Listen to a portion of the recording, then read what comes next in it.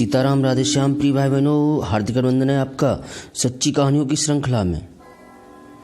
भक्ति में तो भाव की प्रधानता ही होती है। जैसा जिसका भाव होगा उसी के अनुरूप प्रभु का उसे दर्शन प्राप्त होता है।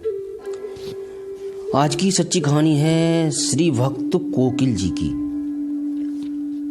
इनका आविर्भाव विक्रम संवत 1942 में सिंध प्रांत के जैकवाबाद जिले के अंतर्गत मीरपुर गांव में हुआ था। इनके पिता का नाम स्वामी रोचलदास और माता का नाम सुखदेवी था। 6 महीने की आयु में ही इन्हें माता का विछोह प्राप्त हो गया। पिता ने जन्म के कुछ दिन बाद ही अपने इस नवजात शिशु को संत स्वामी आत्माराम साहब की गोद में अर्पित कर दिया था। बचपन से ही साधु संग सुलभ होने के कारण संतों की सेवा में इनकी स्वाभाविक लगन थी। 5 वर्ष की अवस्था में जब ये पाठशाला में पढ़ने के लिए भेजे गए, उस समय इन्होंने अपने अध्यापक को पहले श्री रामचंद्र जी की लीला कथा सुनाई। उसके बाद ही इन्होंने शिक्षा ग्रहण की थी। सभी विद्याएं इन्हें स्वतः सिद्ध थीं। 6 वर्ष की आयु होते होते इनके पिता भी परलोकवासी हो गए और जब यह 10 वर्ष के हो गए उस समय संत आत्माराम साहब भी संसार से विदा ले लिए। ऐसा प्रतीत होता था मानो भगवान अपने भक्त का एक एक बंधन स्वयं काटते चले जा रहे थे। माता पिता तथा आश्रयदाता गुरु तीनों से विमुक्त होने पर इनका मन संसार से सर्वथा विरक्त हो गया। अब ये दरबार में न रहकर एकांत में बहुधा समय व्यतीत करने लगे। एक दिन चुपचाप सदगुरु की खोज में निकल पड़े। मार्ग में कथा वार्ता और सत्संग करते हुए आगे बढ़ते गए। 2-4 महीनों में ही किसी अज्ञात प्रेरणा से खिंचे हुए की भांति एक डॉक्टर के साथ ये कोट कांगड़ा में जा पहुंचे। वहीं इन्हें अभीष्ट सदगुरु स्वामी श्री अविनाश चंद्र जी महाराज का दर्शन हुआ। वे बंगाल से भूकंप पीड़ित जनता की सहायता करने के लिए वहां आए हुए थे। गुरु ने अधिकारी शिष्य को पहचाना और कोकिल जी ने संपूर्ण रूप से उन्हें आत्मसमर्पण कर दिया। गुरु सेवा में तत्पर रहने लगे। एक दिन गुरु कृपा से उन्हें इस दिव्य झांकी का प्रत्यक्ष दर्शन हुआ। महर्षि वाल्मीकि का आश्रम, गंगा जी का तट और हरे भरे वृक्षों की सड़क थी। सब ओर करुणामय हाहाकार की ध्वनि छा रही है। अवध की राजेश्वरी जनक नंदिनी सीता आज पथ से परित्यक्त होकर यहाँ विलाप कर रही हैं। प्रियतम की विरहाग्नि में दग्ध हो रही हैं। उनके आर्त कंठ से हा प्राणनाथ, हा रघुकुल चंद की पुकार उठ रही है। रोम रोम से अग्नि स्फुलिंग के समान श्री राम की अनाहत ध्वनि हो रही है। वे चारों ओर असहाय की भांति देख रही हैं। झुंड से बिछड़ी हुई त्रस्त हरणी की भांति व्याकुल हो रही हैं। देखते देखते उनके मुख से एक चीत्कार निकलती है और वे बेहोश होकर माता वसुंधरा के वक्ष स्थल पर गिर जाती हैं। इस झांकी के दर्शन से भक्त कोकिल जी की दशा कुछ और ही हो गई। उनके मन प्राण व्याकुल हो उठे, नेत्रों में आंसू छलक आए, शरीर में रोमांच हो आया और देह की सुध बुध जाती रही। श्री अविनाश चंद्र जी महाराज ने भजन से उठकर धैर्य धारण कराया। तब कहीं जाकर उनका चित्त शांत हुआ। सदगुरु की आज्ञा से यही झांकी उनकी ध्येय हो गई। द्वितीय वनवास के समय की विरहिणी सीता जी उनके प्राणों की आराध्य बन गईं। वे उनके विरह विवथा से तड़पने लगे। हा स्वामिनी, हा जानकी कहते कहते मूर्छित होकर गिर पड़ते थे। इस भावावेश में उन्हें कई बार श्री जनक नंदिनी के दर्शन होते थे। एक बार गुरु के आदेश से इन्होंने एक स्थान पर मिट्टी खोदी।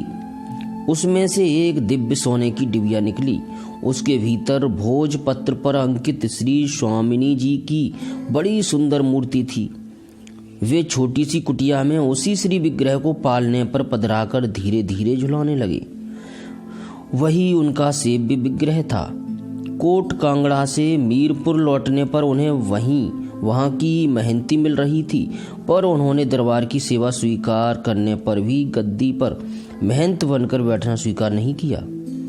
एक बार इन्होंने अपनी स्वामिनी की जन्मभूमि जनकपुर की यात्रा की। वहाँ उन्हें कई दिव्य अनुभव हुए। वे श्री खंडदासी नामक बालिका के रूप में रहकर श्री स्वामिनी जी की सेवा करते थे। यही उनका भावमय दासी या सहचरी का शरीर था। वे दिव्य कोकिल पक्षी के भाव में रहकर वन में स्वामिनी जी को प्रियतम का प्रेम संदेश सुनाकर धैर्य बंधाते और वहां से अयोध्या में पहुंचकर प्रिया जी की विरह वेदना सुना भगवान श्री राम का ध्यान उनकी ओर आकृष्ट करते थे। इसी भावना के कारण उन्हें भक्त कोकिल भी कहते हैं। कोकिल जी के भक्त उन्हें बाबुल साईं, सदगुरु आदि कहकर भी संबोधित करते थे। व्रज में उन्होंने 2 बार निवास किया। वहां उन्हें श्री राधा और श्री कृष्ण जी की दिव्य लीला तथा रसलीला के भी अनेक बार दर्शन हुए थे। वे श्री राधा जी से श्री जानकी जी की चढ़ सेवा और उनके प्रति अनन्य प्रेम का ही वरदान मांगते थे। अयोध्या में आने पर उन्हें बड़ा उद्वेग होता था। वे कहते थे, जहाँ मेरी स्वामिनी नहीं वह अयोध्या किस काम की। कनक भवन में युगल सरकार की झांकी करके भी वे यही अनुभव करते कि श्री राघवेंद्र के साथ स्वामिनी जी की स्वर्ण प्रतिमा मात्र है। मेरी हृदयश्वरी स्वामिनी को तो महाराज ने वन में छोड़ रखा है। उन्हें एकाधिक बार दर्शन देकर युगल सरकार ने समझाया कि हम दोनों सदा एक साथ रहते हैं। वह त्याग और वनवास तो प्रजा रंजन की एक लीला मात्र है। फिर भी उनका भाववेश कम नहीं होता था। कारण यही था कि उन्होंने सर्वप्रथम वही झांकी दर्शन मात्र की थी। वे जहां रहते कीर्तन और सत्संग की धूम मची रहती थी। हिंदू और मुसलमान सभी उनके सत्संग में आते थे। वे सूफी फकीरों से भी मिलते और उनके सत्संग से लाभ उठाते थे। उनकी दृष्टि में यही था कि सभी धर्म एक समान हैं और भगवान की आराधना की दृष्टि के लिए ही होते हैं। भगवान की आराधना करने के लिए ही मनुष्य जन्म होता है। सभी धर्म ग्रंथों को वे रामायण की ही भांति आदरणीय मानते थे। उनके साथ के कितने ही प्रेमी साधक भाव राज्य में प्रवेश करके भगवान की अनेक दिव्य लीलाओं का साक्षात्कार करते थे। उनका संपूर्ण जीवन ही दिव्य प्रेम उन्माद से भरपूर था। इस वीडियो रिकॉर्डिंग के समय तक लगभग 300 वर्ष से अधिक हो गए। उन्होंने वृंदावन में इस संसार से तिरोहित होकर दिव्य धाम की यात्रा की। उन्होंने जो दिव्य प्रेम की गंगा यमुना बहाई, उसमें अनवरत अवगाहन करके कलि के जीव सदा पाप ताप से मुक्त हो भगवत प्रेम का रसास्वादन करते रहेंगे। भक्तों और ऐसे भगवान जिनके ऐसे भक्त हैं, ऐसे प्रभु, उनके लिए दंडवत प्रणाम स्वीकार हो। सीताराम जी के चरणों में दंडवत स्वीकार हो। सभी प्यारे भाई बहनों से हाथ जोड़कर विनम्र विनती है कि आंखों को अपनी पलकों के द्वारा मूंदते हुए प्रभु का ध्यान स्मरण करके हृदय को स्वच्छ निर्मल भाव से